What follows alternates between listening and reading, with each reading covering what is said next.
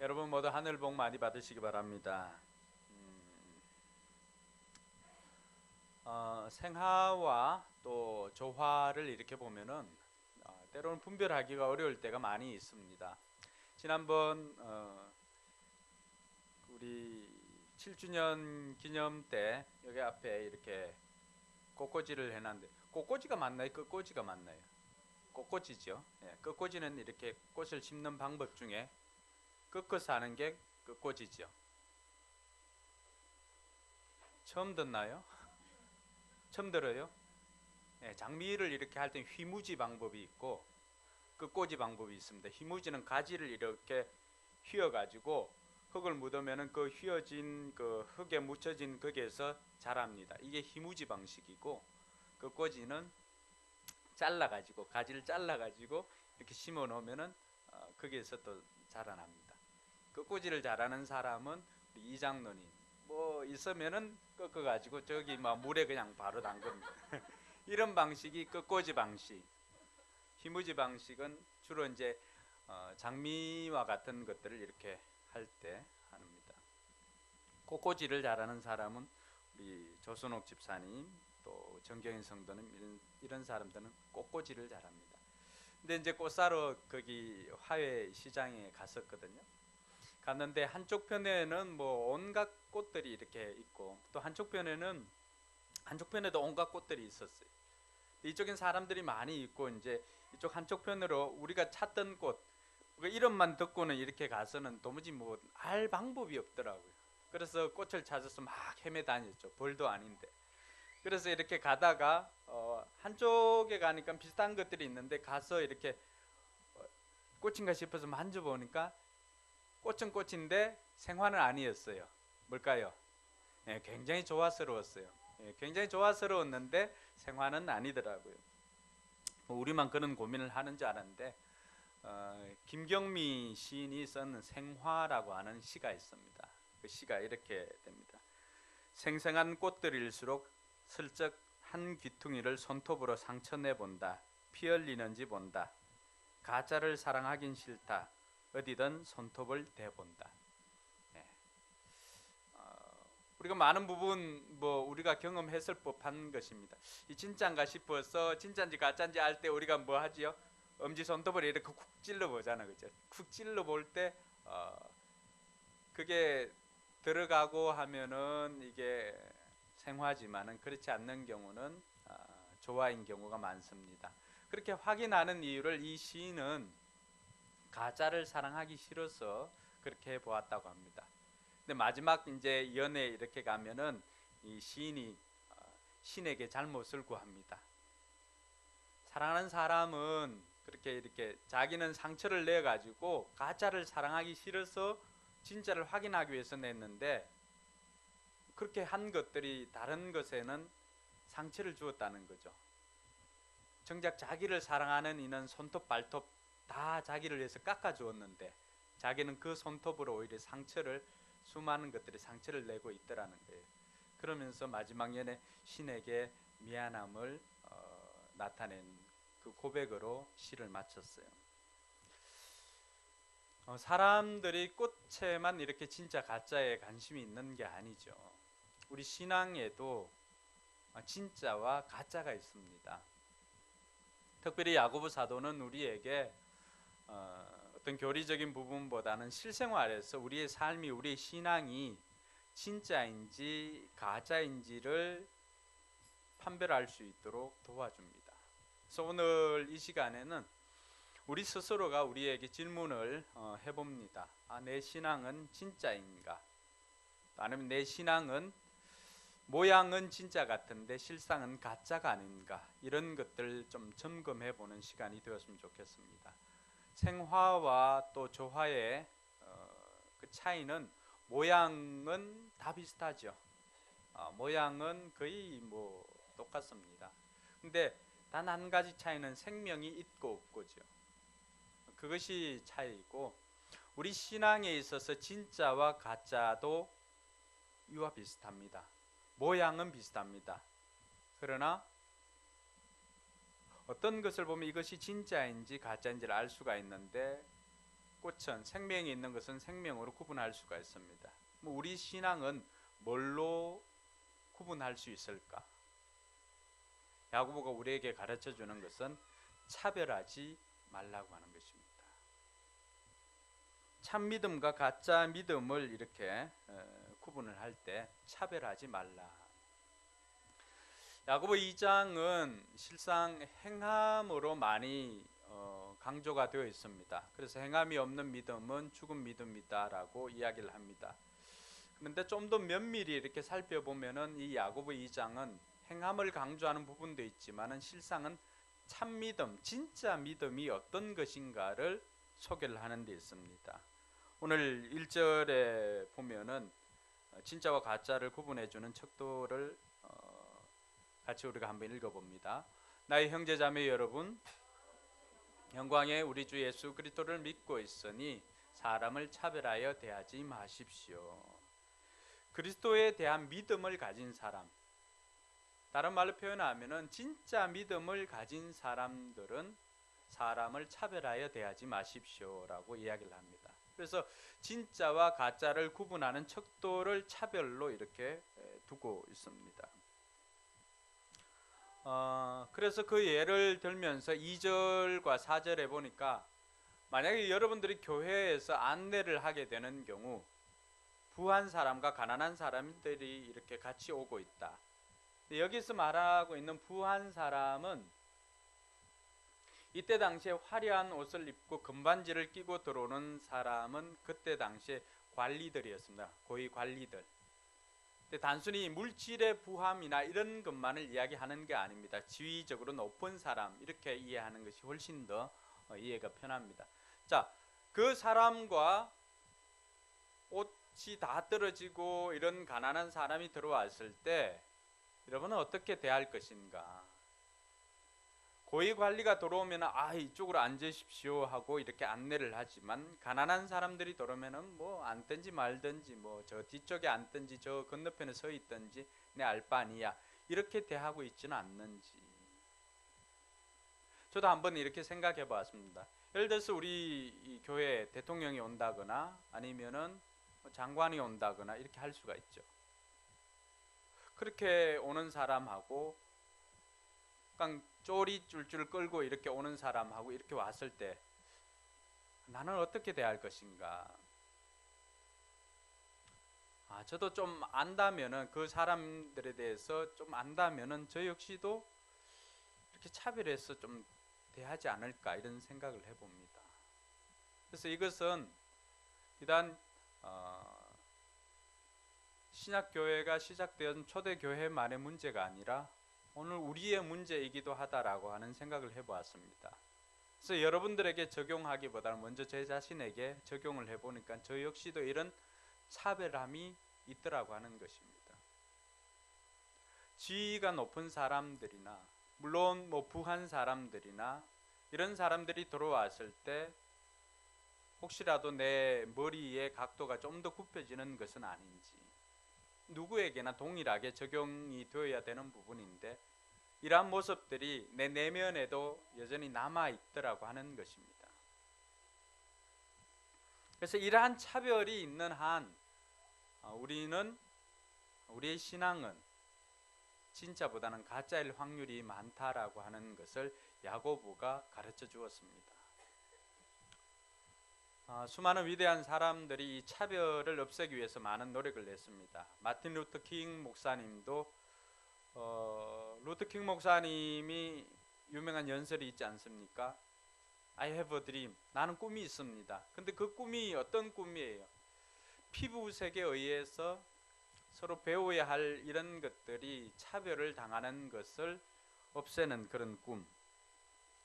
우리의 자녀들이 피부색이나 인종과 종교와 빈부의 차이 없이 백인 자녀들과 함께 학교에 다니고 뛰어놀 수 있는 사회에 대한 그런 꿈을 루터킹 목사님은 가지고 있었습니다. 물론 마틴 루터킹 목사님은 생전에 그 꿈을 다 이룰 수는 없었습니다. 총에 맞아 죽게 되었죠. 그러나 어느 순간인가 미국에도 오바마가 대통령이 되면서 이런 것들이 서서히 이루어 가고 있는 것을 봅니다. 말랄라 유사프자이도 마찬가지죠. 차별 없는 것을 이야기를 하고 하면서 최근 들어선 그러한 것들을 조금씩 경험해 가는 것을 보게 됩니다. 우리도 교회 안에서 이런 차별이 없는 아름다운 공동체를 만드는 것이 우리의 목표가 되어야 할 것입니다. 왜냐하면 성경이 우리에게 그것을 가르쳐주고 있습니다. 그래서 우리가 교회 안에서, 교회 공동체 안에서 우리가 차별을 한다면은 실상 우리의 신앙은 진짜보다는, 참 신앙보다는 모양만 갖추고 있는 가짜 신앙에 가까운 것이 많다라고 하는 것이 야고보의 권면이었습니다. 오늘 저와 여러분들이 이 시간을 통해서 우리의 신앙을 다시 한번 점검해 볼 수 있기를 주님의 이름으로 축원합니다. 근데 우리가 가지고 있는 생각 중에는 또 다른 면을 보면은 가난뿐만이 아니라 부한 것도 마찬가지입니다. 우리의 생각에 가난한 것만 좀 더 인정을 받고, 그러나 부한 사람이라고 해서 다 나쁜 것은 아니라고 하는 것입니다. 근데 우리 생각 중에는 때로는 부자는 나쁜 놈 이렇게 생각하는 경향도 있습니다. 그래서 진보적인 사관을 가진 사람들의 그 내면에 흐르고 있는 것 중에 하나는 모든 권위를 그래서 부정하는 것입니다. 그래서 하나님께서 오늘 우리에게 가르쳐 주고 싶은 것이 있습니다. 그것은 가난한 거나 부한 것이나 이런 것들을 통해서 차별하지 말라라고 하는 것입니다. 하나님께서는 차별하지 않는 하나님이십니다. 그래서 우리는 송명희 시인이 노래했던 것처럼 공평하신 하나님을 우리는 노래할 수가 있는 것입니다. 가난하다고 해서 더 용납하고 부자라고 해서 더 미워하는 것은 아닙니다. 오늘 야고보 사도가 부한 자와 가난한 자를 했을 때 가난한 사람들에게 대하는 것과 부한 사람에게 대하는 그 기준이 다름에 대해서 이야기를 하고 있습니다. 우리는 이러한 것들을 동시에 가난하다고 해서 다 용납하고 부하다고 해서 배척하는 이런 것이 우리가 가지고 있는 오해 중에 하나라고 하는 것입니다. 하나님께서 우리에게 가르쳐주고 싶은 것은 이러한 조건들을 보는 것이 아니라 차별하지 않는 하나님, 그래서 공평하신 하나님을 우리에게 가르쳐주고 있습니다. 사람들 마음속에는 두 마리의 개가 있습니다. 어떤 개일까요? 편견과 선입견이라고 하는 두 마리 개가 있습니다. 이 두 마리 개는 한 마리의 개로 물리칠 수가 있습니다. 어떤 개지요? 백문이 불여일견입니다. 네. 우리에게 있는 편견, 선입견 누구에게나 있습니다. 그러나 이런 것들을 가지고 보면은 많은 부분에 있어서 이미 시작부터 이렇게 어그러져 있는 것을 볼 수가 있습니다. 그러나 내 눈으로 직접 확인하면은 다르다라고 하는 것들을 경험할 수가 있습니다.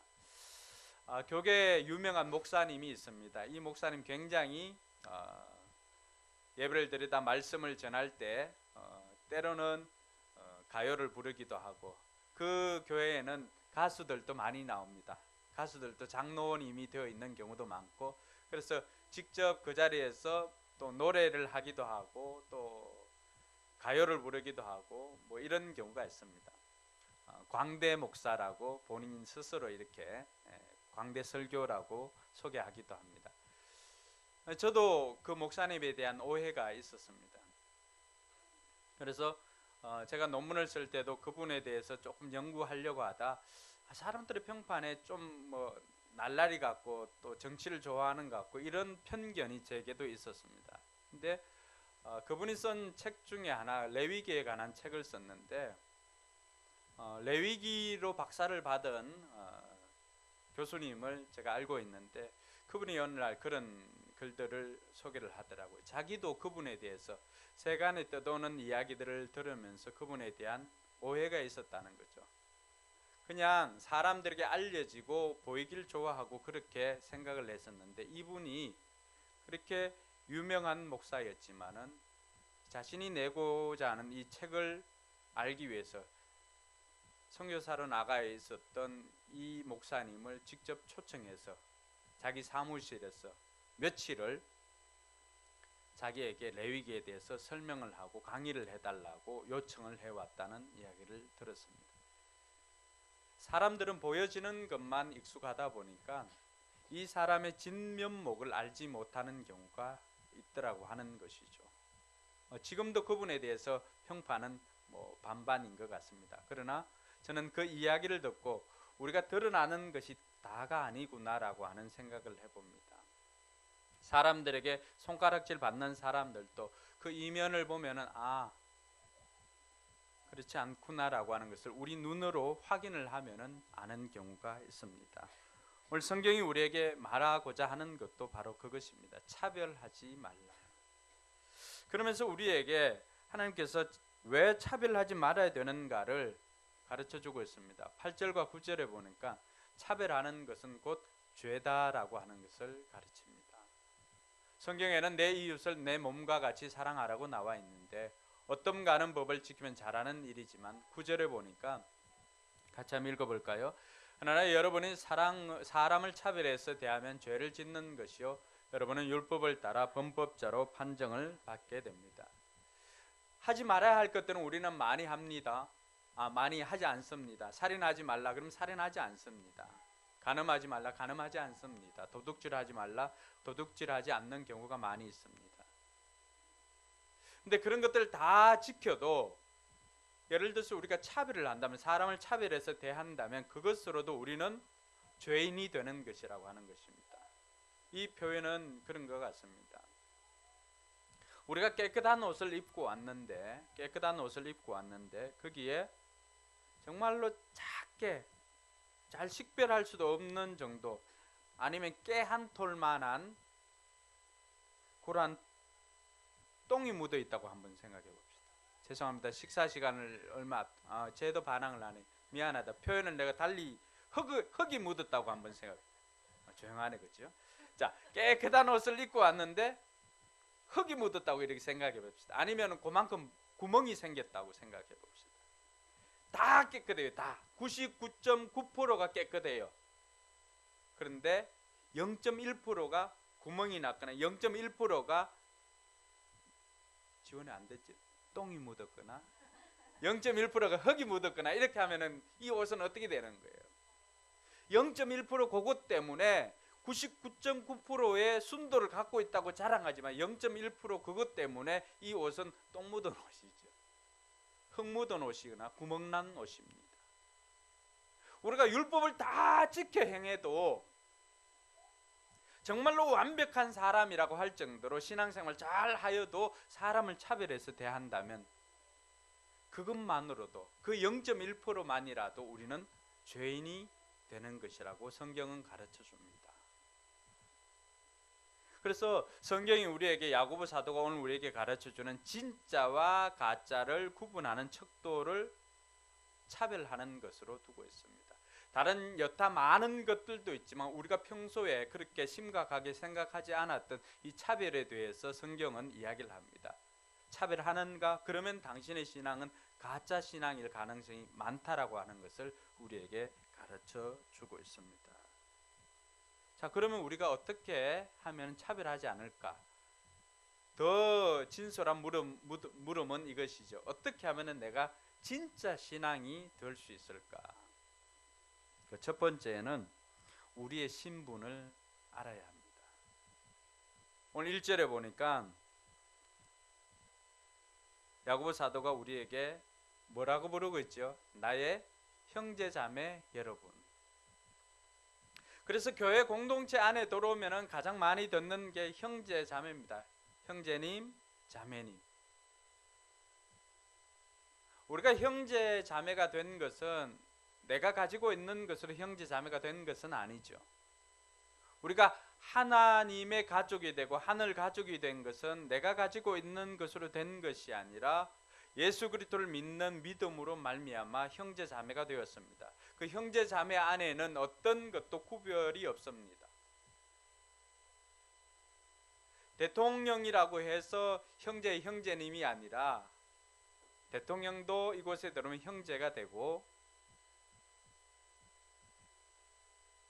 또 노동자로 일하는 사람도 이곳에 들어오면 형제가 되는 것입니다.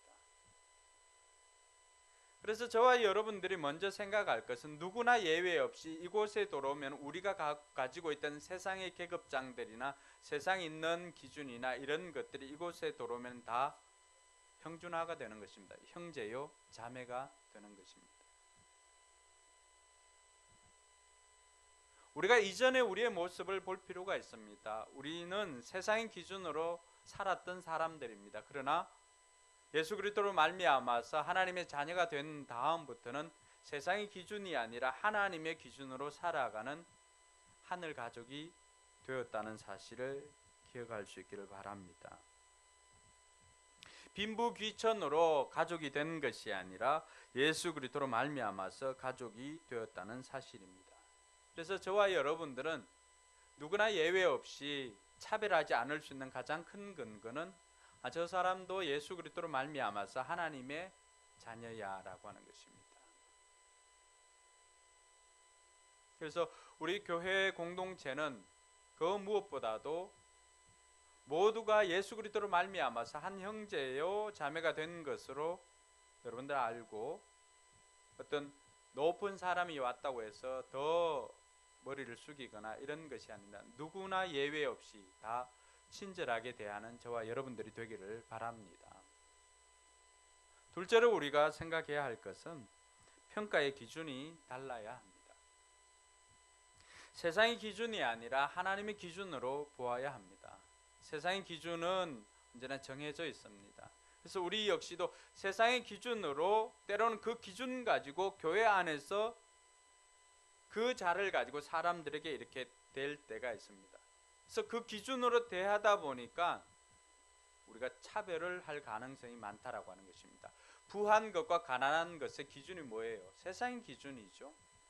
그래서 이 기준을 능가하기 위해서 하나님께서 오늘 야고보를 통해서 우리에게 가르쳐 주는 것이 무엇입니까? 그 가난한 사람도 세상의 가난한 사람을 택하셔서 믿음에 부요한 사람으로 만들 수 있는 것. 그리고 5절에 나오죠. 그분이 우리 하나님이십니다. 그래서 그 세상의 기준으로 잣대를 대는 것이 아니라 하나님의 기준으로 될 수가 있어야 됩니다. 근데 하나님께서는 어떤 사람이라 할지라도 풍성하게 만들어 주실 수 있는 분이 우리 하나님이십니다. 그래서 하나님께서 우리에게 그 기준을 가르쳐 줍니다. 사무엘상 16장 7절입니다. 같이 한번 읽겠습니다. 그러나 주님께서 사무엘에게 이르셨다. 너는 그의 준수한 겉모습과 큰 키만을 보아서는 안 된다. 그는 내가 세운 사람이 아니다. 나는 사람이 판단하는 것처럼 그렇게 판단하지는 않는다. 사람은 겉모습만 판단하지만 나 주는 중심을 본다. 할렐루야. 우리의 기준이 세상 사람들의 기준처럼 겉모습, 외모만 보고 판단하는 것이 아니라 우리의 기준은 하나님을 따라서 중심을 볼 수가 있어야 할 것입니다. 할렐루야. 외모로 가지고 판단한다면은 저는 꽤 괜찮습니다만 여러분들 보니까 그닥 그닥 이런 외모만 가지고 판단하는 경우가 사무엘 선지자도 있었습니다. 하나님께서 사울이 범죄하였을 때 이제 사울의 대를 이어가지고 왕이 될 사람을 찾았는데 그 왕이 될 사람은 이새의 아들 중에 있다고 가르쳐 주었습니다. 그래서 사무엘이 이새의 집에 갔습니다. 이새의 집에 가보니까 선지자가 온다고 하니까 아들을 다 집합시켜 놓았습니다. 그 자리가 어떤 자리예요? 자기 왕을 뽑는 자리입니다. 세상에는 알려지지 않았지만은 그래서 이렇게 봅니다. 첫 번째 아들 딱 보니까 엘리압이 딱 지나갑니다. 엘리압 맞나요? 첫 번째 아들. 제가 성경을 열심히 안 읽네요. 좀. 딱 보니까 와, 키가 저보다는 이 머리 하나가 더 큰 것 같아요. 그 사무엘을 보니까 이야 이 정도면 이스라엘의 왕으로 뽑아도 손색이 없겠다 싶어가지고 그 사람에게 이렇게 기름을 부으려고 했어요. 구약에서 기름 부음을 받는 사람들이 왕, 선지자, 제사장입니다. 그래서 선지자였던 이 사무엘이 기름을 부으면 그 사람은 곧 왕이 될 사람이거든요. 그래서 사무엘이 감동이 돼가지고 이 정도면 되었다라고 생각하고는 기름을 부으려고 하니까 하나님께서 사무엘에게 말씀해 주었습니다. 야, 너는 그의 준수한 겉모습과 큰 키만을 보아서는 안 된다. 예. 반석이야. 우리 집도 희망이 있다. 졸지 말고. 큰 키만을 보고 준수한 겉모습과 큰 키만을 보고 한다면은 참 마음이 아프고 가슴이 아픈 일이지만은 그러니까 하나님께서는 그 겉모습만 보는 것이 아니라고 하는 것이죠. 할렐루야. 예. 그렇게 큰 키가 아닌데도 아멘하지 않는 분들이 있어요. 근데 하나님께서는 겉모습만 보는 게 아니라 우리의 중심을 보시는 하나님이십니다. 그러니까 하나님의 자녀인 우리도 역시 외모로 보고 사람을 판단해서는 안 된다는 거죠. 겉모습은 언제든지 우리가 속을 수가 있습니다. 그래서 눌러보아야만, 또 경험해 보아야만, 상처가 나야만 알 수가 있을 때가 있습니다. 모양은 크게 구분되지 않습니다. 근데 경험해 보니까 진짜와 가짜가 구분될 때가 있습니다. 그때가 언제일까요? 좀 아프지만 내가 상처를 받을 때입니다. 진짜와 가짜는 그때 구분이 됩니다. 세상의 기준도 마찬가지입니다. 그래서 사기치는 사람들 처음에는 어떻습니까? 굉장히 핸섬합니다. 근데 이 사람들 나중에 겪고 나면 어떻습니까? 그 사람들이 했던 말, 행동, 옷, 입었던 모든 것들이 다 가짜로 판명이 날 때가 있습니다. 그래서 겉모습이나 외모는 언제든지 우리가 속을 수가 있습니다. 그러나 그 중심만큼은 우리를 속일 수가 없습니다. 그래서 하나님께서 우리에게 너희 공동체 안에서는 외모로 보고 사람을 판단하지 말라. 그래서 나의 기준은 중심을 보는 것이다 라고 이야기를 해줍니다. 그래서 저와 여러분들이 진짜 신앙을 가지기 위해서는 우리가 겉만 보고 판단할 것이 아니라 중심을 볼 수 있는 눈을 갖게 되기를 주님의 이름으로 축원합니다. 우리가 늘 기도해야 될 것은 이 분별의 영입니다. 분별의 영. 분별의 영은 그냥 되는 것이 아니라 성령님의 도움이 필요합니다. 왜냐하면 우리 눈은 화려한 쪽으로 가게 되어 있기 때문에 그렇습니다. 아무래도 저하고 전사님하고 이렇게 지나가면 여러분 시선이 눈물이 되는 자에게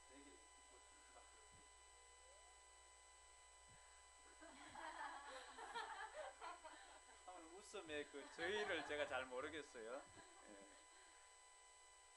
웃음 톤이 평소에 같지 않고 좀 낮은 거는 굉장히 이렇게 언제든지 우리는 속을 수가 있습니다. 겉만 보고 판단한다면 우리는 속을 수가 있습니다. 그래서 하나님께서 우리에게 분별의 영을 필요로 하였는데 그 분별의 영은 우리가 기도할 때, 우리가 성령에 더 민감할 때 성령님께서 우리에게 가르쳐 주시는 것입니다. 할렐루야. 그래서 이 분별의 영이 필요합니다. 더군다나 요즘 같은 이런 시대에 우리에게 무엇보다도 갖추어야 할 것이 있다면 이 분별의 영입니다. 그래서 우리는 중심을 볼 수가 있어야 합니다. 옆 사람 손잡아 주면서 중심을 봅시다. 그래서 저와 여러분들이 이 평가의 기준이 달라지지 않으면은 우리 역시도 교회 공동체 안에서 그냥 외모만 보고 사람을 판단하고 평가를 하기 때문에 우리 역시도 실수할 수가 있습니다. 근데 그 실수는 실수로 끝나는 것이 아니라 우리로 하여금 범법자로 만들게 되고 우리의 신앙을 진짜에서 가짜로 만들어 버리더라고 하는 것입니다. 그래서 저와 여러분들이 더욱더 분별의 영을 키울 수 있기를 바랍니다. 마지막으로 살펴볼 것은 어떻게 하면 될까? 우리가 삶으로 자비를 베푸는 것입니다. 오늘 13절 말씀에 보니까 같이 읽습니다. 심판은 자비를 베풀지 않는 사람에게는 무자비합니다. 그러나 자비는 심판을 이깁니다. 심판에서 벗어날 수 있는 것, 우리는 어쨌든 종말에 가서 심판을 받을 사람들입니다. 그래서 우리에게는 늘 종말이 있음을 알고 살아가는 사람들이 그리스도인들입니다. 근데 그 마지막 때에 내 신앙이 진짜인지 아닌지, 진짜인지 가짜인지 구별해 줄 수 있는 기준이 뭐라고 하는 거예요? 차별하지 않는 것에서 한 걸음 더 나아가서 뭐예요? 구체적으로 자비를 베푸는 것이라고 합니다. 자비를 베푸는 것은 또 긍휼히 여기는 것과 똑같습니다. 마지막 심판 때 척도가 자비입니다. 자비를 베풀지 않은 사람에게는 무자비하게 심판이 임하지만은 자비를 베푼 사람은 어떻습니까? 심판을 이긴다고 했습니다. 자, 그것이 마지막 테스트라고 했을 때 그 테스트를 통과하는 기준이 뭐라고 하는 거예요? 자비를 베푼 것이라고 말하고 있습니다. 차별과 자비를 베푼 것, 차별하지 않는 것. 그 차별하지 않는 것은 누구에게나 예외 없이 동일하게 자비를 베푸는 것이라고 설명을 하는 것이죠.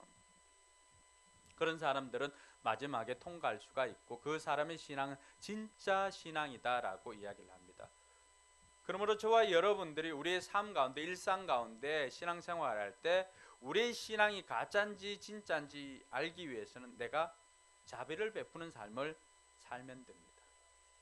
근데 제가 오늘 예배를 드릴 때 첫 서두에 했던 것 중에 하나, 우린 저 아프가니스탄에 있는 아프가니스탄이 아니죠, 스탄이니까 어디죠? 파키스탄의 말랄라 이야기를 듣고 우리는 초록 우산에다 기부금을 낼 수가 있습니다. 또 유니세프에다가 기부금을 낼 수가 있습니다. 근데 정작 우리 공동체 안에서 내가 미워하는 사람이 있는데 그 사람을 위해서 그 사람이 목말라 할 때 아이스 아메리카노를 사줄 수 있는 마음은 생기지 않습니다.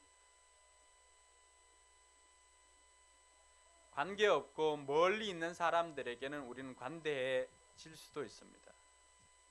그러나 공동체 안에 있는 사람들에게 차별 없이 그 사람들에게, 내가 사랑하는 사람과 그렇지 않은 사람에게 동일하게 이 자비를 베풀기란 쉽지 않다는 이야기입니다. 어느 날 한 율법사가 예수님을 찾아왔습니다. 예수님, 내가 무엇을 해야 내가 영생을 얻을 수 있습니까? 예수님께서 묻습니다. 율법에는 뭐라고 기록되어 있느냐? 왜냐하면 그 사람은 율법학자잖아요. 율법에는 뭐라고 기록되어 있느냐라고 하니까 이 사람이 이야기를 합니다. 내 마음과 목숨과 힘과 뜻을 다해서 주 너의 하나님과 이웃을 사랑하라고 하였습니다. 이제 그 사람이 자기가 묻고 대답하면서 이제 알게 되었죠. 이 사람이 예수님께 더 인정받기 위해서 한 질문을 더 합니다. 누가 내 이웃입니까? 그때 예수님께서는 여러분들이 잘 알고 있을 법한 선한 사마리아인의 비유를 해줍니다. 어떤 사람이 예루살렘에서 여리고로 내려가다가 중간에 강도를 만났다. 그 강도를 만나가지고 거의 죽을 뻔하게 쓰러져 있는 그 모습을 보고 그 앞을 제사장이 지나가게 되었는데 제사장은 보고 모른 척하고 지나갔다. 다 성전에서 봉사하고 있는 레위인이 와서 보고는 그냥 지나갔다. 근데 그때 당시 개처럼 취급을 당하던 사마리아 사람은 지나가다가 테러를 당한 그 사람을 보고 와서 도와주었다. 네가 생각할 때는 이 중에 이웃이 누구라고 생각하느냐? 차마 그 율법학자는 자기가 평소에 개처럼 취급을 했던 사마리아 사람이라고 이야기를 하지 못합니다. 그에게는 아직도 편견이 남아있었기 때문입니다. 그랬을 때 그 사람은 그렇게 대답합니다. 자비를 베푼 사람입니다. 누가 네 이웃이냐라고 했을 때 자비를 베푼 사람입니다. 그러니까 사마리아 사람입니다라고 이야기를 하지 못했습니다. 그 순간까지 예수님께서는 말씀해 주셨습니다. 가서 너도 이와 같이 하여라. 자비를 베푼 사람, 그 사람이 아픈 사람의 이웃이기도 하고 또 그 사람이 우리의 모습이기도 합니다. 성경은 우리에게 내 신앙이 진짜인지 가짜인지를 구분해주는 척도가 누구에게나 예외 없이 자비를 베푼 사람이다라고 가르쳐주고 있습니다. 사랑하는 성도 여러분, 우리가 신앙이 있다고 하면서 얼마나 우리 주변에 힘들고 어려운 사람들, 아니 우리 공동체 안에 힘들고 어려운 사람들에게 자비를 베풀고 있습니까? 여러분들이 좋아하는 사람 같으면 충분히 그 자비를 베풀 것입니다. 그러나 혹이라도 여러분 마음에 불편함을 가지고 있는 사람이라고 한다면 자비를 베풀 수 있을까요? 성경 우리에게 그 사람에게 자비를 베푸는 것이 진짜 신앙이라고 말하고 있습니다. 근데 이러한 자비를 베풀 수 있는 것은 그러니까 내게서 나오는 것인가 라고 했을 때 성경은 또 그렇지 않음을 이야기를 합니다. 우리에게는 옆 사람에게 자비를 베풀 만한 그런 인자함이 없습니다. 그럼 그 힘은 어디에서 얻을 수 있을까? 내가 기준을 달리하고 내가 우리의 신분이 무엇인지를 깨닫고 하는 이 모든 것, 자비를 베풀 수 있는 그 능력이 우리는 어디서부터 올 수가 있을까라고 했을 때 결국에는 하나님과의 관계입니다. 내 스스로 내게서 이런 에너지가 나올 수 있는 것이 아니라 내가 하나님과의 관계를 통해서 내가 하나님께로부터 그 사랑을 공급받지 못하면 내가 이웃에게 그 사랑을 나누어 줄 수가 없습니다. 우리 안에서 자체적으로 이 사랑이 생성되는 것은 아닙니다. 우리는 자체적으로 사랑을 생산할 수 있는 공장이 아닙니다. 하나님과의 관계를 통해서 우리는 파이프라인을 통해서 하나님께로부터 그 사랑을 받아야만 우리는 그 사랑을 타인에게 공급해 줄 수가 있습니다. 때로는 우리가 그 사랑을 충분히 공급받지 못해서 타인에게 공급해 줄 수 있는 사랑이 굉장히 부족할 때가 있습니다. 이때는 갈등이 생깁니다. 그래서 무엇보다도 내 신앙이 진짜인가 가짜인가를 구분할 수 있는 척도는 차별하지 않는 것 자비이지만은 어떻게 보면 그것을 알 수 있는 척도는 하나님과의 관계 속에서는 사랑입니다. 그 사랑이 내게 있느냐라고 하는 것입니다. 이번 한 주간도 내 신앙의 참과 진위 여부를 우리가 판단할 때 나는 하나님과 어떤 관계를 맺고 있는지를 점검해 보시기 바랍니다. 그리고 그분으로부터 충분한 사랑을 공급받으시기 바랍니다. 요한일서 4장 8절에 하나님은 사랑이시다라고 말씀해 줍니다. 그 하나님을 모시고 있으면 여러분 내면에도 하나님의 사랑이 있습니다. 그리고 여러분 안에만 머물고 있는다면 저수지의 고인물처럼 썩을 가능성이 많습니다. 그러나 그 물이 여러분을 통해서 주변으로 지류로 흘러 들어갈 때 그 물로 말미암아 가는 곳곳마다 생명이 살아나는 역사가 있을 것입니다. 우리는 그것을 통해서 마지막 날에 그 마지막 게이트를 통과하고 천국으로 입성하게 될 것입니다. 이번 한 주간 우리를 통해서 수많은 사람들이 예수 그리스도를 만나게 되기를 주님의 이름으로 축원합니다. 기도하겠습니다.